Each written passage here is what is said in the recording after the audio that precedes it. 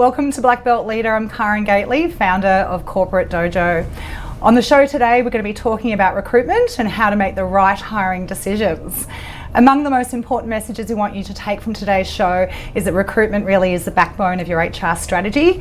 If you're getting the hiring decisions wrong, your job is unquestionably made harder. So reflect for a moment on when you or other leaders you know have battled to overcome the challenges created when people lack both the character or the capabilities you need for your business.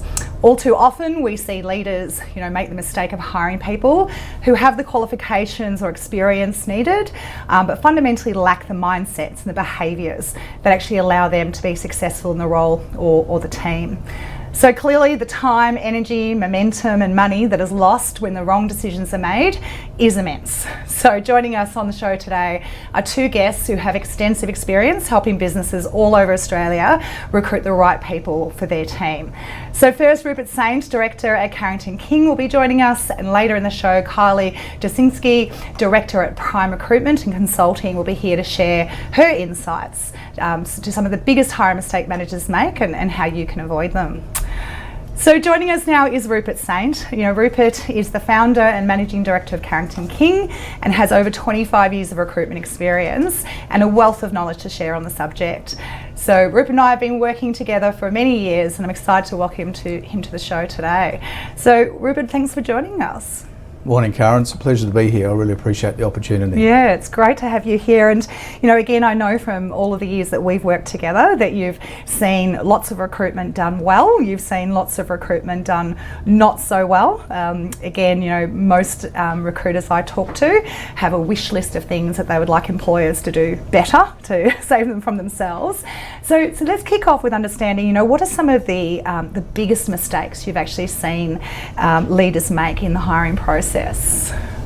Great leading question, and I would say that there's a few.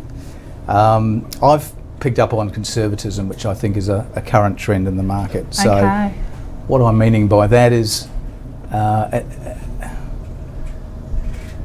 a situation where companies are looking more for people with an industry background and pedigree, for instance, rather than looking for great attributes the right person, the right fit culturally. So that obsession in a market where from a hiring perspective things are quiet, but it's still hard to find good candidates.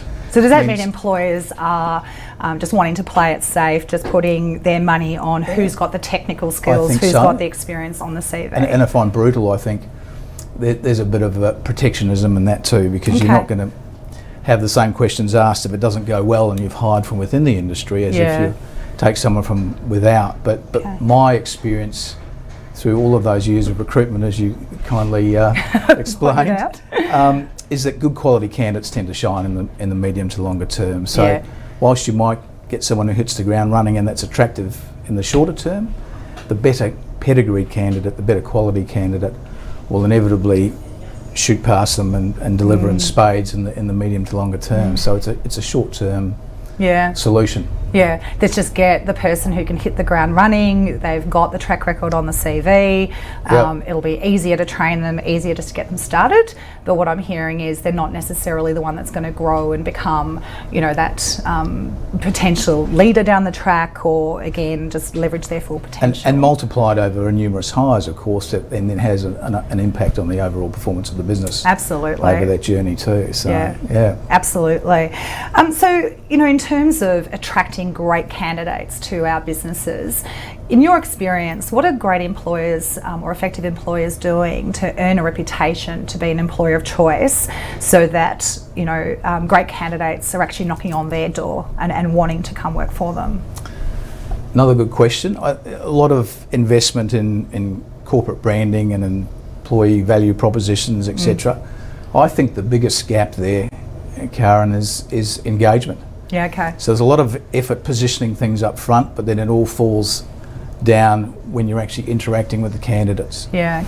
So good quality candidates, they're busy, they're in a job, they're fully engaged. You're trying to attract them away with the potential of a better future, and that requires, I think, better engagement. So we're seeing a lot happening from an automation perspective in terms of improving process, and I think often driven by trying to drive cost out of the recruitment process, and not a focus on the quality of the outcome, which I think is critical.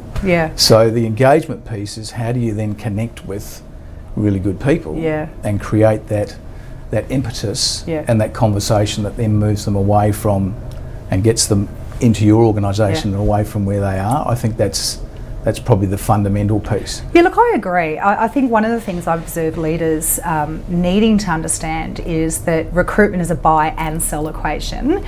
That I think a lot of leaders are stuck in that space of, I've got a job to offer, you're lucky to win it, you need to convince me that you're the right person to hire, without enough focus on what are we selling, what is the opportunity here. So you mentioned employment value proposition, and really, in my experience, that's about being very clear on what do you offer people beyond just the money, what's it like to be an employee, and how do we actually sell that. So again, I agree with your point of view that if we're just engaging on a technology level and we're just driving it as a process, we're missing the opportunity to really create those connections. And I think as an external recruiter, we've got a very commercial equation about bringing that engagement to the party, and this is probably an area of passion and for me and my business. So that connection and that respect, interacting and communicating the integrity of the process. So countless war stories, of course, talking to candidates over the journey around applications, whether it's to an external firm or to an internal talent team, that just go into a void. There's no connection, there's no follow-up, there's no communication. Sometimes they'll progress to an interview and then it just won't progress, but they'll never be told why. So good quality people want more from that process, and I think that brand engagement. Perhaps a story I can share.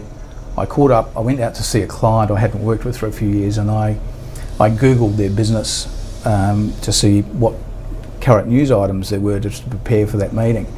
And one of the first items that popped up was a Glassdoor employee feedback, and I was just staggered at the amount of almost vitriolic feedback, and the amount of it from people who both were current employees and past employees. And that struck me 10 years ago.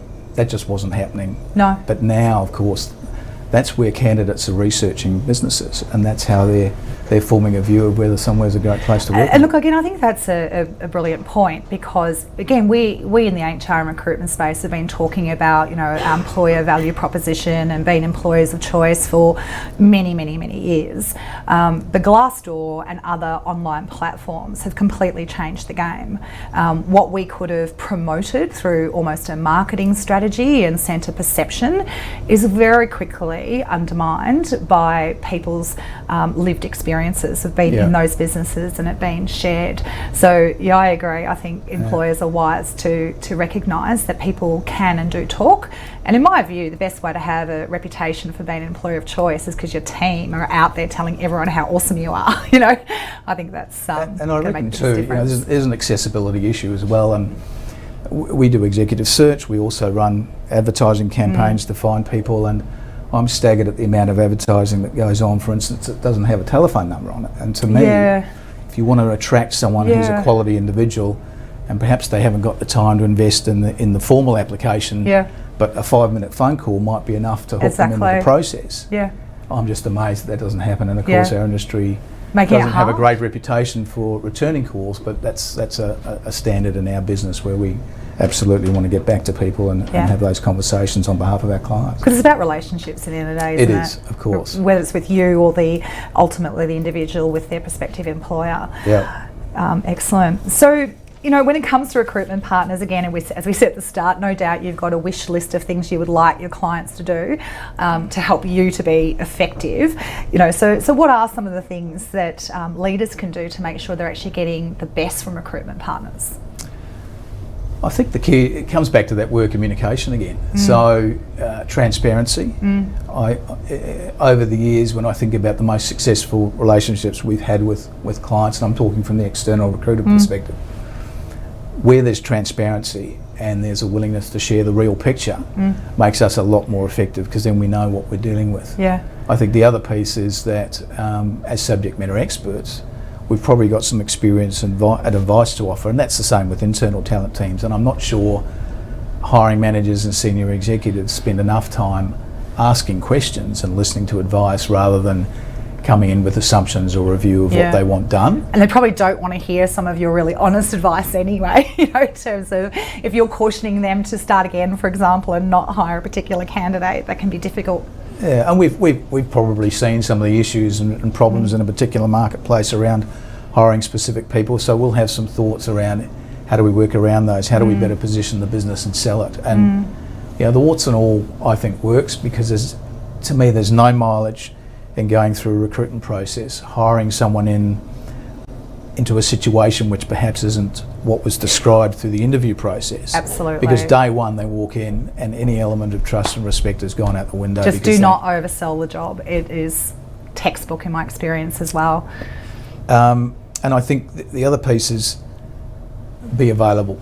Yeah. So one of the challenges I have working in recruitment processes is we're working hard behind the scenes to get to a short list and get to that key candidate and the hire, but being available both for conversations around information, because we've got to be responsive to the candidate's needs who we're managing, but also through an interview process. And I find senior people, of course, are busy, meetings, travel, so lining up diaries is particularly challenging, and we sometimes see weeks go through that process where we potentially are going to lose some of those quality candidates that we're looking to hire because the availability isn't there. So I think that's around planning and again the communication interaction between the hiring team and the recruiter. And being committed to it. Understanding that yes, recruitment is a big investment of time and energy and at times money, but getting it right is fundamental. As I said in the introduction, it really is the backbone of our HR strategy. If we're getting those decisions wrong, well, good luck and may the force be with you. It is very challenging from there, and actually making it a key priority in our diaries to get that role filled, but with the best possible candidate. And I think that's an investment, isn't it, in making that happen, because if you don't, and the process continues and drifts, then you're going to inherit problems because there isn't a key person in a key role. That's the equation, I think, around getting that right.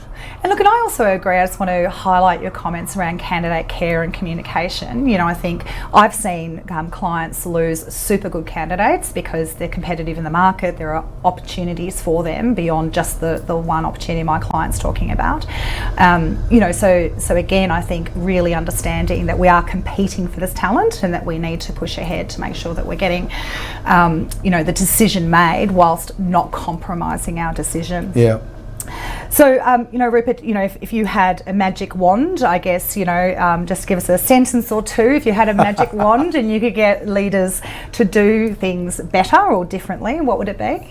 I think that comes back to the process, and we covered it off a little bit earlier, but this question of process and automation, for instance, is something that's kicking in nowadays. Technology, how do you speed up the process? How do you get it working more efficiently?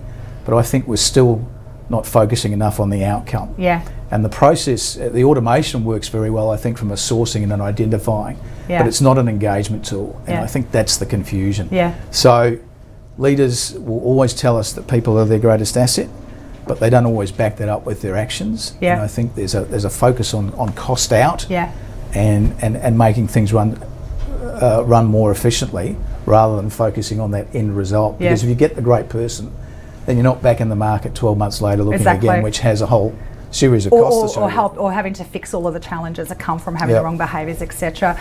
Rupert, it's been really fantastic to have you on today. How can our viewers find out more about you and your organisation and how you can help them? Well, I think probably go to our website, maybe is the easiest. My phone number will be on there. There's an email. Do you want to tell us what your website is? It's carringtonking.com.au. So carringtonking.com.au. Excellent. And we'll be happy to talk. Excellent. Well, thank you very much for joining us today. Again, coming up after the break, we will be having a conversation with another very experienced recruiter in Kylie Jasinski. Kylie is the Director of Prime Recruitment Consulting, and will be back with us in a moment.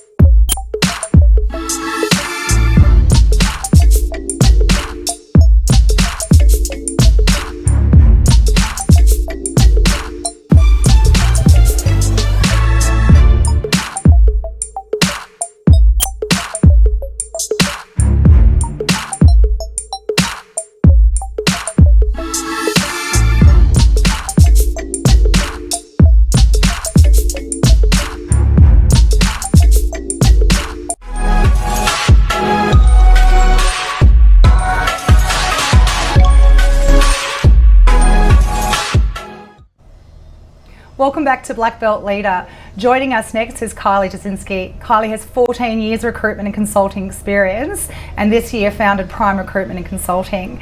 We know from working with Kylie that she's passionate about the role she plays in finding the best candidates for her clients, focusing into the Australian property and construction industry. Kylie, welcome to the show. Really appreciate you being here today. Thank you. We're really keen to leverage your experience around, once leaders have actually brought candidates in, how we really make sure we're assessing those people effectively. Sure. But before we get into the interview and how to leverage those tools, what are some of the steps that you think leaders should be taking? What should their recruitment process look like to make sure that they're bringing enough rigour and making good decisions?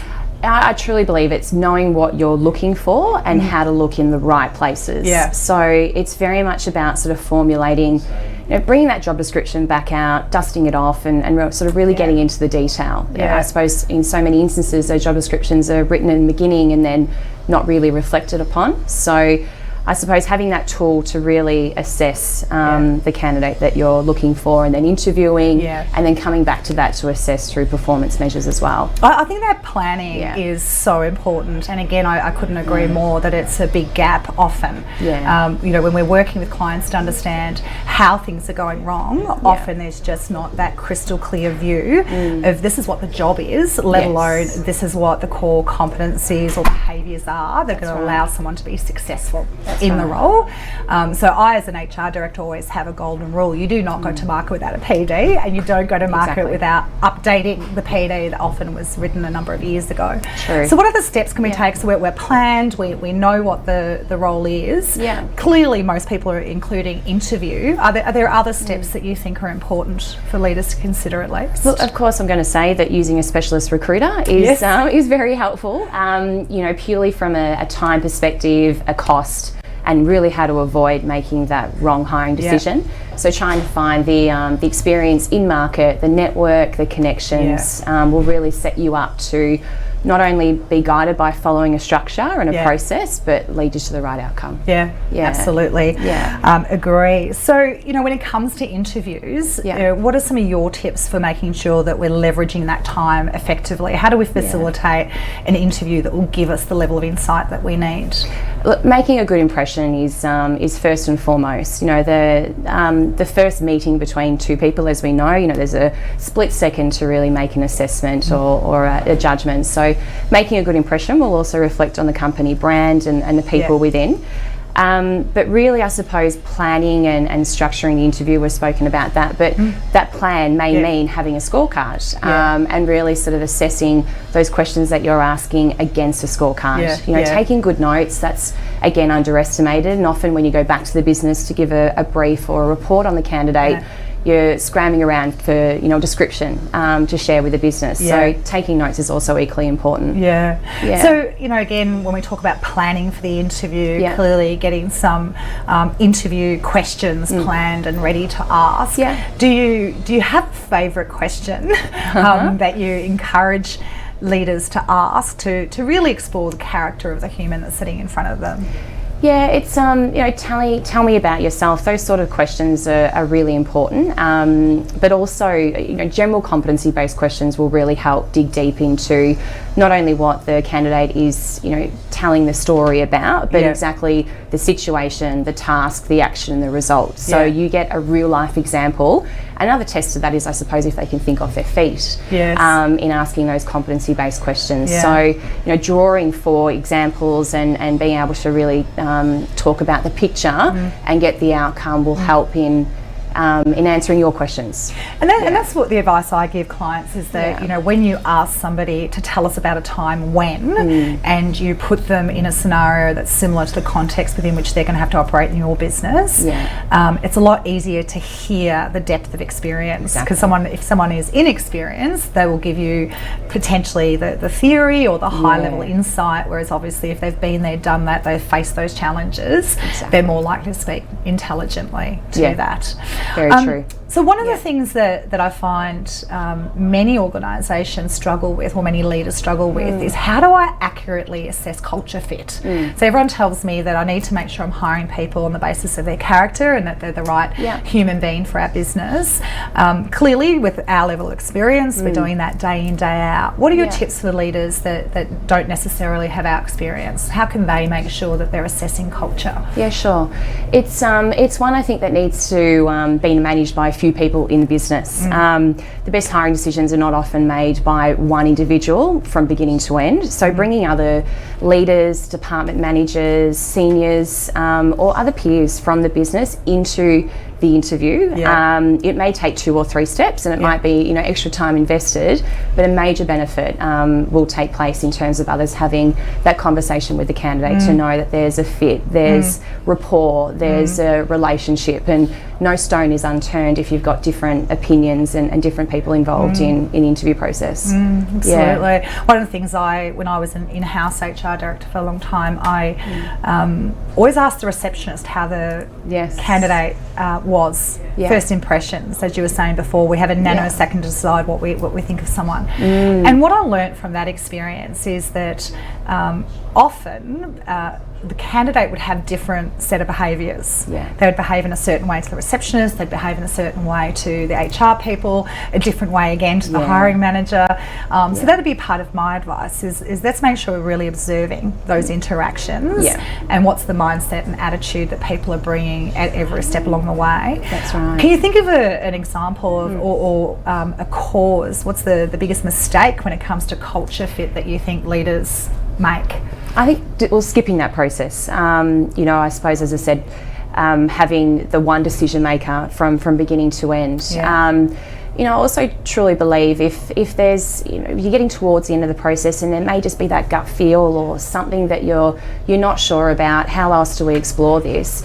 Go out for a coffee, go out for breakfast, take it away from the office environment, even get everyone together and have a beer or wine. And you'll really unlock that personality, even find out more about the hobbies and interests of the individual, to just know that, again, bringing it back to culture, it feels right. And there's a common decision made by people in the business to vote that we can really work with this person, we can have fun, we can work hard, they'll fit in. The way they're going to approach things is going to be aligned with the way we approach things. Exactly. And clearly we want diversity in our businesses, right? We don't want to go and hire everyone as exactly the same, but I guess it's really that alignment with our values. That, fundamentally what matters to them is aligned with what matters to us. True. And look, I really also can agree with the strategy of get people into a more relaxed environment. I had one client we were supporting to assess candidates, and this one individual had a fantastic CV, but the only question marks we had around was whether or not they were going to actually relax, because they were very formal through the recruitment process. And was that going to lead to them building strong rapport and relationships across what was quite a small team? And my client and I took that person out for a drink, and it was actually quite fortuitous because one of his mates saw him there and inserted himself into our conversation in this group setting. I thought the candidate was going to die, I might add. He was just like, I can't believe this is happening. But from our perspective, it actually gave us this window into who he really was. True. You know? And whilst we weren't assessing him on his mate's behaviour, we could see his response, we could see shoulders dropped. Exactly. He was a fun-loving guy and was very likely to be able to build those relationships. So again, I agree, let's get people out of that stuffy formal interview setting and allow them to be themselves and assess them that way. Most definitely. So how important are reference checks? Again, a lot of leaders ask me, are they worth taking? But I also hear things went wrong and in hindsight we didn't do reference checking. So my question to you is how important are they, and if we are going to do them, how do we make sure we're doing them well? Sure. There's I suppose today there's a formal way of reference checking, and then there's the informal. An advantage to have the informal would be the Facebook, social media, and really sort of digging deep. Even a Google search, we were talking about that earlier, into someone's name can prop up so much information, or very little for most. But the formal process when it comes to reference checking should be done with a lot of due diligence and be taken very seriously. Two referees to do 2 reference checks is majorly beneficial. Going back in the last 5 years to speak to a hiring manager or someone who was fairly involved in the relationship, whether it might be a project or a project team. But don't underestimate, the preparation to do a reference check in terms of planning to ask those questions. Getting that scorecard back out that you used in interview to cross-check with a reference and the questioning to make sure that everything is marrying up. So yeah, definitely invest in the process, and a lot do.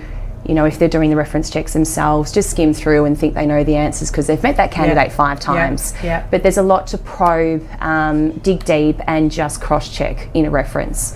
So it's valuable. And look, what I would add to that is have the courage to actually act on those reference checks, because the problem with reference checking is often we're doing it at the end of the process. It's our final check. We really want to fill this role, and then we hear something that, as you said earlier, our gut instinct even says, what is that?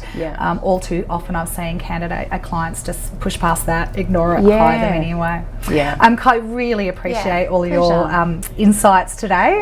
Again, how can our viewers find you and the information about what you do? Sure. LinkedIn would be a good go-to, and that's Kylie Jasinski, and my website is primerecruit.net.au.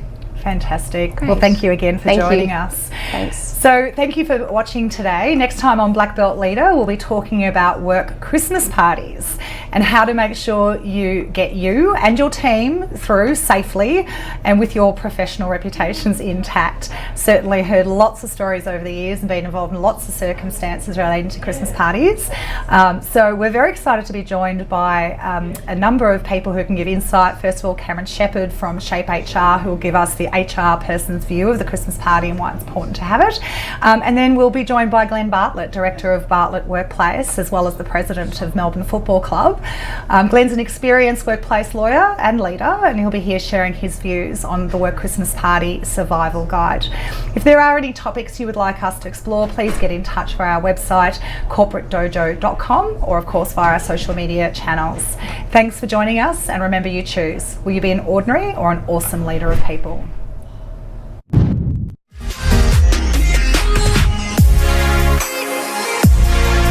This is Ticker, your new source for news.